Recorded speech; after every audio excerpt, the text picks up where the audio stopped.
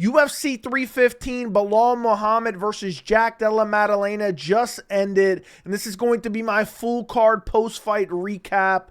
And it was actually an insane card. There was lots of finishes. The main event was an outright war in the best title fight of 2025. But we're going to go through every single fight on the card. I'm going to give you my opinion, my breakdown and opinion of every single fight on this card. Do me a favor, guys. If you enjoy these post-fight videos, like the video, subscribe to the channel, turn on notifications. We're going to talk about Valentina Shevchenko versus Manon Fiorot. We're going to talk about Belal Muhammad versus Jack Della Maddalen. We're going to talk about José Aldo versus Aiemann Zahabi and Aldo gassing out and retiring.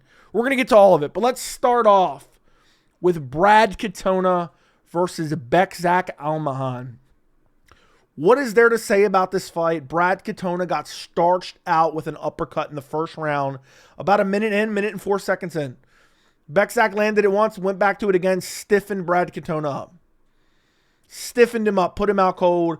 Bekzat Almakhan's striking is nasty. If you watched him outside the UFC, he's filthy. He hurt Umar with a right hand, I believe it was, in his UFC debut on it wasn't short notice. His UFC debut, and people were like, man, Umar's a fraud. He's losing this debutante. I'm like, Bekzat is nasty.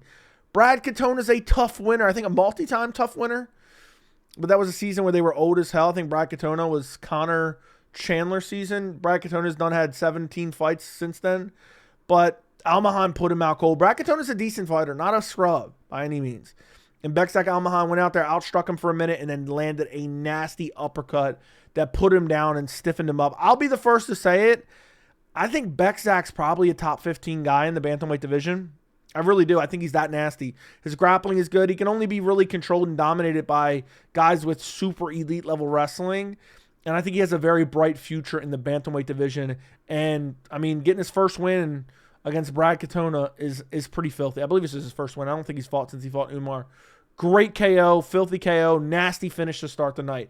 Next fight on the card, we have Daniel Santos versus Ji-Young Lee. Daniel Santos won the fight. I believe it was 30-27, to be honest. This fight, first round was close. Ji-Young Lee dropped him, but he wasn't like hurt badly. Popped back up. Started landing some good shots. I think even stumbled Lee once in the first round as well. The first round was the closest round of the fight. It was back and forth. Second round, Santos really took over with his grappling. Ji-Young Lee would land good shots, but overcommit and get taken down, controlled for longer periods of time. Really, round three, I think Ji-Young Lee was probably controlled for about half the round, maybe a little bit more. I think he would scramble up, get taken back down. Santos would march forward, land some good shots. Then Ji-Young Lee would like kind of taunt and overextend and throw big shots of his own and get taken down again. And Santos was lacing up the legs against the fence. He would get him down, then lace up the legs. Lee was trying, but come the third round, he was really, really tired. So even when he did get up, he wasn't throwing a whole lot of volume. It was a pretty clear Daniel Santos win. Maybe you could give the first round to Ji-Young Lee, but 2 and 3 you have to give to Daniel Santos, which is crazy because he came into this fight up a weight class, looking pudgy as hell, not like he belonged there at all. And Ji-Young Lee's a natural featherweight. I thought Lee was going to be the better striker in this matchup, but he really just got out-dogged in this fight. And it was really the takedown defense of Lee that really failed him here. I mean, he just couldn't stuff a takedown to save his life. He would scramble back up, but really, he just wasn't super... he didn't throw a lot of really good, super impactful shots, especially in that second and third round. Outside of the drop in the first round, maybe a minute and a half, 2 minutes in, there wasn't much for Lee. It was a good fight. It was a solid fight, but it was really Daniel Santos out-grappling him in the second and third to win this matchup. Next fight on the card. Oh, my God. We have Marc-Andre Barriault versus Bruno Silva. Marc-Andre Barriault gets it done via brutal first-round elbow KO, where it looked like Bruno Silva's skull straight up got cracked. This fight was eventful while it lasted. Barriault landed a nasty uppercut early where Silva started grabbing onto his eye that are probably still damaged from Chris Weidman's bitch-ass, bum-ass eye poking him like 17 times and then retiring to go to GFL only to get scammed like a little bitch he is. After that, Bruno Silva landed a couple shots, caught a kick, took Barriault down, let him back up. They end up in the clinch, and Barriault just starts smashing him with elbows up against the fence. Puts him down badly, puts him out badly. This was the worst way to get KO'd. He got smashed with like 4 to 5 elbows. Looked like he got his skull cracked. And then was just put face down, ass up. It was really a humiliating position. I mean, his ass was popping up in the air. His face was down. Exactly how Chandler would like McGregor to have him, which he never will. But yeah, man, this was a brutal KO. This was a scary KO. It really was. They stretchered Bruno Silva out. Apparently, all the X-rays are fine. Are they doing MRIs? I mean, are they doing CAT scan? I'm terrified of what kind of brain damage he absorbed. It was a filth. It was one of those finishes you're like, damn, I don't even know if I like the sport anymore. It made me feel really bad. But Bruno Silva's done. He needs to get out. He needs to. I hate to add insult to injury. He needs to get out of the organization. He's just not there anymore. I mean, losing to Chris Weidman if that isn't enough to tell you to leave. But Barriault's a decent fighter. Barriault gets it done. Brutal first round KO, scary KO. And I really think this is the end of Bruno Silva. Barriault gets it done in the first round. Next fight on the card, the very first regular prelim. We have Navajo Stirling versus Ivan Erslan. It looked like Stirling was going to get embarrassed in this fight. First round, I thought Erslan won the first round pretty clear, landing the same right hand over and over and over again. Cut Stirling underneath the eye. Stirling had some moments, but really was a lackluster first round. Some light kicks, some jabs, mainly to the body. Erslan, I thought, clearly won the first round. It's like, oh my God, was this a horrible pick? Second round, much closer round. Both guys kind of clinching up, a whole lot not happening. Stirling a little bit more control time. Had a decent body kick and some decent punches for Stirling. And then really there wasn't a whole lot. There really wasn't a whole lot in that second round to score. And then I think late in the second round, Erslan was like clearly down, landed a decent right hand. Second round was close, but I had it for Stirling. Then the third round, Stirling was winning, then hurt Erslan bad. Looked for the finish, tried to ground and pound. I think he let him up. And then Erslan got up, started taunting, got dropped again, and then smashed on the ground. I mean, there was back shots dead. There was brutal ground and pound. I think it was in a full mount at one point, then had him flattened out, had his back, had him flattened out, and was just smashing him. I thought round 3 was a 10-8 for Stirling. So even if somehow you gave Erslan the second round, which I don't think you should, it was a 10-8 for Stirling in the third round. But I had a 2-3 with a 10-8 for Stirling in the third round. Erslan really fumbled, man. What has he got? 1 round of cardio? He didn't even look that bad, to be honest, in the second round, but there was really no sense of urgency. After watching that first round, you get a feel for a fight after watching a round. You're like, oh, okay, I see how this is going to go. And Stirling turned it around. I didn't think either guy looked super impressive. Stirling just had more volume, or Erslan had the more, bigger shots, especially in that first and second. But really, second, there wasn't much. And then third, he got hurt badly. So Stirling really did him dirty in the third round. And I think Stirling, even if he didn't hurt him there, he would have won the fight anyway. It seemed like Erslan was starting to fade, was only throwing that same right hand over and over and over again, where Stirling was mixing in body shots, mixing in little leg kicks and whatnot. But yeah, Stirling gets it done via unanimous decision. Next fight on the card, very controversial fight on this card. We have Modestas Bukauskasvs versus Iwan Cutelaba. I know I'm going to say, oh, Joey, you're a contrarian, this and that. This was the worst commentary I've ever heard in my entire life. Modestas Bukauskasvs clearly won this fight. Not only did he clearly win this fight, I thought he clearly won it 3-0. Maybe 2-1. Maybe 2-1. But Bukauskasvs clearly won this. I mean, Bukauskasvs was outstriking him, hitting him with the 1-2. Not a whole lot happened in the first round. Landed some decent leg kicks, some oblique kicks in the first round. Cutelaba swinging at air and landing on the guard and swinging at air. And the commentary team is acting like Cutelaba's outclassing him because they're looking at fake stats that shows that Cutelaba's outclassing him. So they're watching the fight, they're looking at fake stats, and they're using the fake stats to determine who is winning the fight. I mean, you can look at these fake-ass stats right here. 52 to 121, there's no way that's accurate. Don't care what anyone says. Look at his total strikes. There's no way that's accurate. It's ended up being a split decision. I don't know if I said that or not. Round 2, Cutelaba swinging, missing at air, landed a spinning elbow, ate a right hand. He landed a good right hand himself in the second round as well. And then later on, towards the end of the second round, Bukauskasvs landed a couple big shots, even rocked him a little bit towards the end, late in the second round. And then the third round, kind of shitty. Again, more of the same. Bukauskasvs just kind of out technically boxing him, kickboxing him. Cutelaba swinging at air. I think he attempted a takedown at one point and got reversed and then scrambled back up. And they were both kind of slowing down. Third round was kind of shit. I had it for Bukauskasvs as well. Third round. I think it was a second round. I'm trying to think. I don't even remember what round I thought Cutelaba could get. That's how clear I thought this fight was. Big Dan had to step in twice and break the clinch. I'm telling you right now, Bukauskasvs won this fight. Anybody saying robbery, anyone saying Cutelaba clearly won's a fucking idiot. I will die on that hill. That Modestus Bukauskasvs won this fight. I don't know why I was about to say Bukauskasvs. I just stumbled over my words. But yeah, it was a clear win for Bukauskasvs. Commentary team, DC's a fucking idiot. Cruz is a fucking idiot. Anik's a fucking idiot. All because they're looking at fake-ass stats to determine what narrative to go in. And then they're like, man, that decision was trash. You watch a fight for a change. You bums. Bukauskasvs gets it done. And I thought it was a relatively easy win for Bukauskasvs. Next fight on the card, we have Jessica Andrade versus Jasmine Jasudavicius. Easy win. I mean, Jessica Andrade showing up, clocking in for her paycheck. That's all she does anymore. First round rear naked choke. Easy performance from Jasmine. Tagged her with a couple good shots. Easy takedown. I think it was a double leg takedown. Took her back, rear naked choke. What's there to say about this fight? What am I supposed to say? Jessica Andrade, all she does is show up for a check half the time. 75% of the time. Good win from Jasmine Jasudavicius considering it's a former champion, but at 125, Andrade isn't shit, to be quite honest. So Jasmine deserves a big fight in her next fight just for getting a win over a former champ, but Andrade is kind of like, I don't know. I don't even want to see Andrade fight anymore. I really don't. I mean, what's her recent record? Let me actually look this up real quick. I mean, she's lost now 5 out of her last 7.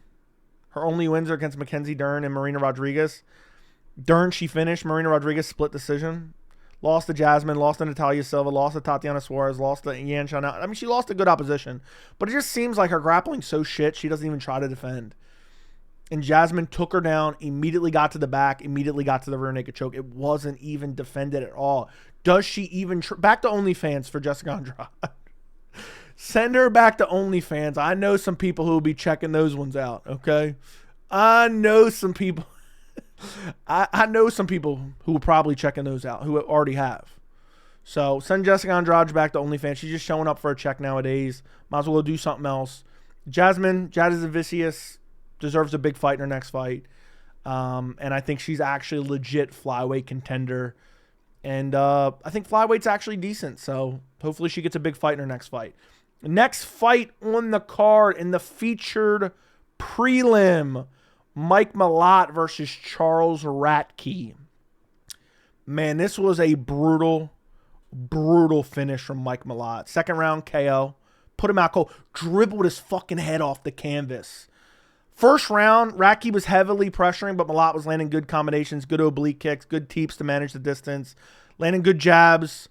Radtke landed a couple shots as well, a couple jabs as well. There was clinch work towards the end that Mike Malott was winning. But it was Radtke just pressuring and getting peppered up and having a little bit of success. Second round, Radtke came out, realized he lost the first round, tried to get more heavy, got dropped with a left hand. And then Malott just starts pounding his head off the canvas. His head's literally just bouncing off the canvas. His mouthpiece flies out, goes everywhere. Radtke put out cold. It was a savage KO from Mike Malott. You know, I'm glad I picked Mike Malott in this one. I was debating on this one just because he lost to Neil Magny. I just can't ever forget that. How do you lose to Neil Magny? But, man, he came out. He looked excellent. Caught Charles Radtke with his patented left hook. And it was over. Once that left hook landed, it put him down bad. And the ground and pound shots from Malott were super accurate. I know there's a lot of weirdos. They're like, man, Radtke said a slur one time, bro. Let me root for Radtke. I know a lot of people were like kind of acting like they're huge fans of him. Radtke has a good left hook, but that's really all he has. He's not that great. He went to war with Mike Mathetha. Let me repeat this. He went to war with Mike Mathetha. Mike Malott, this isn't going to convince me he's some type of an elite fighter, but he has a decent, well-rounded skill set. He has a good striking base, and I think he's way better than Charles Radtke, and this performance really proved it. Mike Malott gets it done. Second round KO, bouncing Radtke's head off the canvas, and it looked like I got to be honest, like when Radtke came out with that heavy pressure in the second round, I'm like, oh my God, is Malott going to gas again? He might win the second round, but is he going to be gassed in the third? Luckily, we never had to find out because Mike Malott bounced his head off the canvas. Good win from Mike Malott. Nasty KO. Next fight on the card, opening up the main card, we have Benoit Saint-Denis versus Kyle Prepolec. Clear win for Benoit Saint-Denis. Domination. Second round rear naked choke. Or second round arm triangle, actually. I'm sorry. I don't know why I said rear naked choke there. I guess because I was trying to remember. First round, but BSD grappled early. Wasn't doing much at first, but then started landing some good elbows, some decent ground and pound shots. Eventually took the back, was looking for the rear naked. Got shook off at one point, but then jumped back on and then was like standing rear naked choke to end the round that he didn't get. Clear first round. Second round got a little hairy for BSD. BSD, I think he got years taken off his life with the Moicano fight as well as the Dustin Poirier fight. He looks slow in the second round. Prepolec actually tagged him a couple times as he's rushing in. And I think at one point, I think it was BSD got eye poked. I have eye poke type here, and I don't remember. But I think it was BSD that got eye poked, if I'm not mistaken. And then right as they start back up, BSD got cracked with another shot, and then he just decides he's going to war, starts walking him down, landing good shots, some nasty clinch elbows, some good body shots, then shot in on a takedown, and basically immediately went into the arm triangle. As soon as he got him down, immediately went into the arm triangle. He was in, I think he was in full mount. I think he took him down literally to full mount. And Prepolec, instead of trying to regain guard on the opposite side of the choke, he's literally pushing him off full mount into the choke. It was over. We all knew it was over at that point, and Benoit Saint-Denis taps him out. He calls out Gamrot afterwards. There's rumors that he turned down a Gamrot fight going into this after Yoel Alvarez pulled out. But I'll tell you this fight told me Yoel Alvarez probably would have whooped BSD. I hope they rebooked that fight. I thought that was a banger matchup. And maybe Benoit Saint-Denis needed this. Maybe he needed this bounce-back fight against Kyle Prepolec, who came in on like a couple days' notice. Wasn't the greatest performance, but at the end of the day, he got it done. He got it done via stoppage. And, you know, he fought a decent game plan. I just can't believe he was getting tagged so badly in that second round. Was really walking in the shots. And then he got crazy aggressive and started landing shots of his own. There was at one point he was smashing him with elbows in the clinch. It was right before the takedown. And Benoit Saint-Denis gets it done. The God of War gets it done over Kyle Prepolec. Next fight on the card, we have Alexa Grasso versus Natalia Silva. Complete masterclass from Natalia Silva. I gave her all 3 rounds. All Grasso had was a jab. In the first round, Silva slipped. Grasso tried to get a takedown, but didn't get it. Silva was just styling on her, landing nasty leg kicks. Side kick to the face in the first round. Outstriking her, good lateral movement. And that was the entire fight. Round 2, Silva was literally putting on a masterclass, landing head kicks, landing good check hooks, having good lateral movement. At one point, I think it was late in the second round, Natalia Silva decided to stay in the pocket and trade, and she had good head movement and was just smashing her with left hands. And then third round, Grasso got more desperate, nonstop pressure, getting busted up, bloodied up, ate a head kick, ate a side kick to the chest, and was bleeding and had massive lumps all over her head and was just getting smashed. And Silva wins 30-27. Silva's the next title challenger. She should fight Valentina Shevchenko next. I mean, she literally looked incredible. I think Grasso's a bit overrated. She kind of was a fluke champ. But I think this is still a quality win from Silva. I mean, she basically beat Grasso. I mean, she did beat Grasso from start to finish. Grasso had nothing to offer but a jab. She landed an occasional jab. That's literally it. Natalia Silva literally worked her over the entirety of the fight. That side kick to the face was filthy. She was moving well. She was countering well. And she barely took any damage. So good win from Natalia Silva. Moving up on the card, we have José Aldo versus Aiemann Zahabi. This was a wild fight. Aldo won the first round. It was kind of a slow pace early. Zahabi started pressuring a little bit late. Or was actually pressuring early a little bit. And, no, actually, hold on. Aldo was pressuring early. Zahabi started pressuring a little bit late and having a little bit of success building a little bit towards the end of the first round. But I thought Aldo ripped into the body, landed some good shots. It was a competitive round. There was like one leg kick from Aldo, I think, the entire fight. Aldo, I thought, won the first round pretty clearly, but Zahabi started to have a little bit of momentum towards the end. Second round, it looked like Aldo took the complete round off. Zahabi pressured right from the jump. Landed some good left hands. nonstop pressuring. Aldo was getting clipped with the shots and then kind of waving them off, ate a right hand. Zahabi got cut with a shot. Second round was a close round, but I thought Zahabi pretty clearly won it. And then the third round, the craziest round, probably the night. Aldo, like I thought Aldo's conserving his energy in the second round. He's going to come back in the third. Aldo came out heavy in the third, rocked him with a punch, then landed like a knee. Then it's like chasing Zahabi down, landed like multiple, like borderline illegal. They were legal. They looked legal. But basically Zahabi like fell down and was getting up. And Aldo basically soccer kicks him on the way up twice, drops him badly, looking for the finish, and doesn't get it. And this only went on for about 20 seconds, this finishing sequence from Aldo. He is completely gassed now. There's 3 minutes left. He turns his head 360 degrees to look at the clock. Zahabi realizes immediately, let me go after him. Starts going after him, beats him up a little bit, takes him down, starts smashing him with elbows. I literally think Aldo's getting finished from guard. He's looking back. He's like lifting his whole head up to look at the clock while he's on the ground. He's getting smashed with elbows over and over and over again. He's getting busted up. He's barely survived. He's just trying to break the posture of Zahabi, and he's barely surviving. Full guard trying to break the posture and still getting smashed. It was a 10-8 round. I don't know. I'd have to go back and rewatch it because Aldo did have him in trouble too. But it was only like a 20-second period. So I guess maybe you don't do it a 10-8 round. But, man, Zahabi was bashing his brains in. Aldo was cheating the whole time too, grabbing the gloves, which he got warned about. But, man, it was a filthy third round for Aiemann Zahabi. Aiemann Zahabi, no matter what, took the third round, which is crazy to come back after getting damn near soccer kicked into oblivion. I thought he was out. I mean, if this would have been Bo Nickel, he would have quit. He would have curled up into if this was Bo Nickel, Aiemann Zahabi would have curled up into a ball and quit like a little bitch. But he composed himself, he survived, and he almost got Aldo out of there in the third round. So I had Aiemann Zahabi winning 29-28, being the second and third round, maybe 10-8, but I have to go back and rewatch it. Aldo retires afterwards, which is kind of sad, but man, he can't make 35 anymore. He didn't make weight this time, kind of a classless, thing, maybe root against Aldo a bit in this fight because like he didn't even tell him till late, which is kind of shitty, which you should have told him early. So then Zahabi didn't cut the weight. So you're kind of doing a double kind of cheesy move, but Zahabi gets it done. Nobody expected Zahabi to get this done. Zahabi's old too. He's like 36, 37 himself. Aldo retires afterwards. A legend is gone. But at this point, what's he doing? Is he showing up for a shot? I'm telling you, I've been telling you guys for a while, the UFC hates Aldo. I don't know what the reason is. Maybe it's because he tried to leave and they re-signed him to a new contract. They're just giving him shit fight after shit fight after shit fight. And when I say that, I mean like super dangerous kind of unknown guy. Look at this. Look at this run. Jonathan Martinez, Mario Batista, Aiemann Zahabi. Won 1 out of 3. Lost to Mario Batista, lost to Aiemann Zahabi. Aldo kind of came out with that BJ Penn, Yair Rodriguez look. If you know, you know. I'm not going to break that down. In the first round, slowed down. Cardio looked atrocious in this fight. Never seen Aldo with this bad of cardio, but maybe it has to do with the weight cut. Maybe he's injured. He said he was dealing with a lot of things going in this fight, but he lays down the gloves.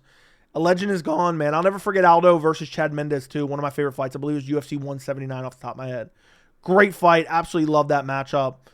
And I've been a big Aldo fan for a long time, so it's crazy to see him finally hang it up. But in a way, I feel like he's been gone for a while in a weird way because he's not been championship level for a while. So Aiemann Zahabi gets it done. That was actually a shocker of the night. Main card picks tonight, getting real bummy around here.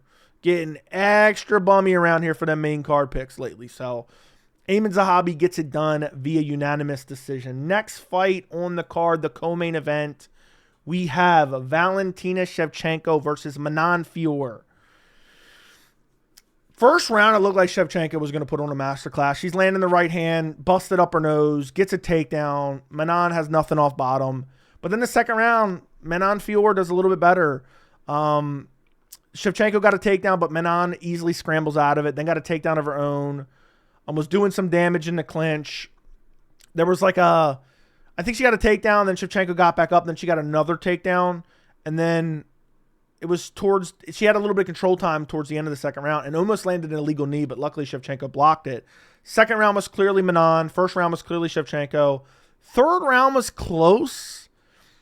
The rest of the fight, third, fourth, and fifth round was just kind of a clinch battle where Shevchenko be landing from range. I thought third round went to Manon. She had really good knees in the clinch. There was a spinning back fist from Shevchenko that landed. There were some takedown attempts from Fiorot. She would get stuffed, but then she would land good knees in the clinch. There was a fence grab from Shevchenko in the third round. I thought third round still went to Manon. Fourth round, similar. Fior was winning the fourth round and honestly would have been champion. Got taken down one time, but got immediately back up from Shevchenko. And then at the tail end of the fourth round, she gets dropped with a right hand. Literally last 5 seconds. Shevchenko then runs over, lands like 2 ground and pound shots, and the round's over. That stole the fourth round for Shevchenko.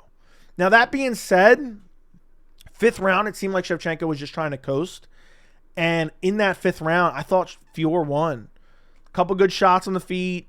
Landed a couple elbows after, like, she would shoot a takedown. They'd clinch. She landed an elbow in the break. Shevchenko just trying to clinch, even though she was losing the clinch because she thought she won and she just still wanted to stay out of danger. So, I don't think this is a robbery by any means. But I had 2, 3, and 5 for Manon Fior. Shevchenko, I think she's going to lose to Natalia Silva. I really do. I thought Fior was going to beat her. Obviously, she wasn't able to. I think Silva probably is going to be able to get it done. Shevchenko just looks flat-footed now. She doesn't move as much. She started to move later as the fight went on later. But it looked like it was going to be a masterclass early when Shevchenko was just rocking her with the right. Every time Fior was entering the pocket, she was like cringing up. I don't think that helped at all for the optics. It constantly looked like she was getting hurt. Maybe it was the nose that she was just bleeding out right into her mouth. But razor close fight, in my opinion. Fior, I thought, barely edged it out with knees to the body. Wasn't the greatest performance by either of them, but I thought it was a decent fight. I enjoyed watching it. Shevchenko showed she still has some really solid skills, which we already knew. But I just thought she's getting up in age. I know Fior is as well, but she hasn't been around as long. But yeah, Shevchenko gets it done via unanimous decision. Next fight on the card, the main event. We have Belal Muhammad versus Jack Della Maddalena. I already broke this down in a full main event breakdown that people were like, man, Joey, Cope Fester. This was a close fight, boys. This was a very, very close fight. I had Belal winning live. I haven't rewatched anything but just round 5 so far. I had Belal outstriking Jack Della in the first round. Landed some body shots, landed a good right hand, landed a good combination off a takedown attempt towards the end of the round. Round 2, I had JDM. Round 3, I had Belal very, very close. Round 3 was really close. Round 4 was clearly Belal. He was landing like uppercuts in the clinch, had a couple takedowns, took the back for a little bit. And essentially, it came down to round 5 for the judges. 2 judges. It came down to round 5. Belal won the first 3 minutes, was walking him down, landing good shots, had a takedown. Looked like he was going to control him for the rest of the fight, but then Jack Della Maddalen scrambles up. I think he lands a knee, then an elbow, a knee that cuts open Belal, then an elbow, then starts walking Belal down, ripping to the body. Belal's throwing back, but looking kind of sloppy. And then JDM hurts him, and Belal's in on a desperation takedown. And then Jack Della they end up breaking, and Jack ends up clinching and looking for kind of a takedown of his own. And Belal throws him to the ground. It's on top of him, landing a couple shots. And then Jack Della scrambles back up, starts walking him down, landing some shots again. And then kind of gasses out and backs away. Fifth round, I had JDM. So live scoring, I had round 1 for Belal. I had round 3 and 4 for Belal. 4 very clear for Belal. 5 very clear for JDM. I really think it comes down to round 3. I think if I rewatch round 1, I'm pretty sure I'll score it for Belal again. Round 3 was very close. JDM was landing some good teeps. Belal started to really pick it up like the last minute and a half, 2 minutes. I really think Belal kind of fumbled a bit, not grappling a little bit more, just mixing in the grappling a little bit more. He didn't shoot very many takedowns in this fight. And I just think not grappling more early, I think might have cost him this fight. You know, it's not a robbery. Even though I'm saying I scored it for Belal, 3-2 for Belal, I don't think that's a crazy scorecard. I'm sure if I rewatch it, maybe I say, okay, I scored it for Jack Della. But I still, like, round 3 could have went either way. Round 2, I think, is pretty clearly JDM. Round 1 is pretty close. So maybe. I really don't think there's a bad scorecard here other than maybe like the 4-1 Jack. But even then, you could probably do 1, 2, 3, and 5. 4. I think 4 is the only super clear round for Belal. But either way, man, both guys showed a lot of heart. It was a back and forth war. Both guys took a lot of damage. Jack Della had an eye swollen up. Looked like it was going to completely swell shut. I mean, honestly, if that would have, I'm saying hypothetically, but The 5th round damage that Belal did in the early 5th round would have been earlier in the fight. It might have literally been a doctor stoppage. But the flurry Jack did towards the end busted up Belal's lip, cut him up under the eye. Belal was bleeding all over the place. Belal showed great heart. Jack Della showed great heart. Both guys had excellent cardio. Lots of dirty boxing from Belal in this fight. But, man, I just think he should have implemented the grappling a little bit earlier. But he didn't. He didn't. There's people out there saying, man, cope for this. It's crazy the amount of bias people have. People are acting like I'm biased because I thought, oh, round 3 was close. I leaned Belal. Round 4 was kind of close, but, I mean, not really. Belal clearly won. And round 1 was close, but I thought was Belal. Like, I think both judges that had it 3-2 for JDM, I think had 1 and 4 for Belal. So that 3rd round literally could go either way. You can watch back that 3rd round. It literally can go either way. I haven't rewatched it yet. I'm probably going to tomorrow maybe. Razor close fight. Jack Della Maddalena looked incredible. Striking looked super crisp. His takedown defense and the way he shells up and then uses kind of the way he's shelling up. He ducks down and defends takedowns while still having a high guard, which I think is incredible. I think Belal should have tried firing more knees up the middle. I think he threw like 1 flying knee and 1 step-in knee. I think he should have tried more knees up the middle. Jack Della also investing to the body early and often with punches, but also with teep kicks. I think also helped to wear down Belal Muhammad. But it's crazy, man. JDM going to war with Belal in the 5th round. Belal has some of the best cardio in the UFC. So even though, again, live, I scored it for Belal, and I thought it was a very, very close fight, which I still believe is a very close fight, you know. I'm going to go back and rewatch it. People are just incredibly biased and insane. They're like, man, no way. JDM dominated, bro. Belal's Palestinian. Belal's Muslim, man. Jack Della dominated. No matter what, it's 3-2. Either way, I think. I think 4-1's insane. And I think both guys look really, really good. I think this is the best championship fight of the year. I think it's arguably the best fight of the year. Super high level. Belal striking really impressed me. I just think he tried to prove a bit of a point. Jack Della's takedown defense really impressed me. But I kind of already knew that he has great scrambles. And he wasn't going to be mentally broken like Leon Edwards. And now Jack Della is cashing in big time because it's looking like his first title defense is going to be against Islam Makhachev, which is an incredible matchup that I can't wait for. I cannot wait for it. It's going to be very, very interesting. Jack Della, amazing striking, nasty power. Islam, pound for pound, #1, moving up a weight class, excellent striking, excellent grappling and jiu-jitsu.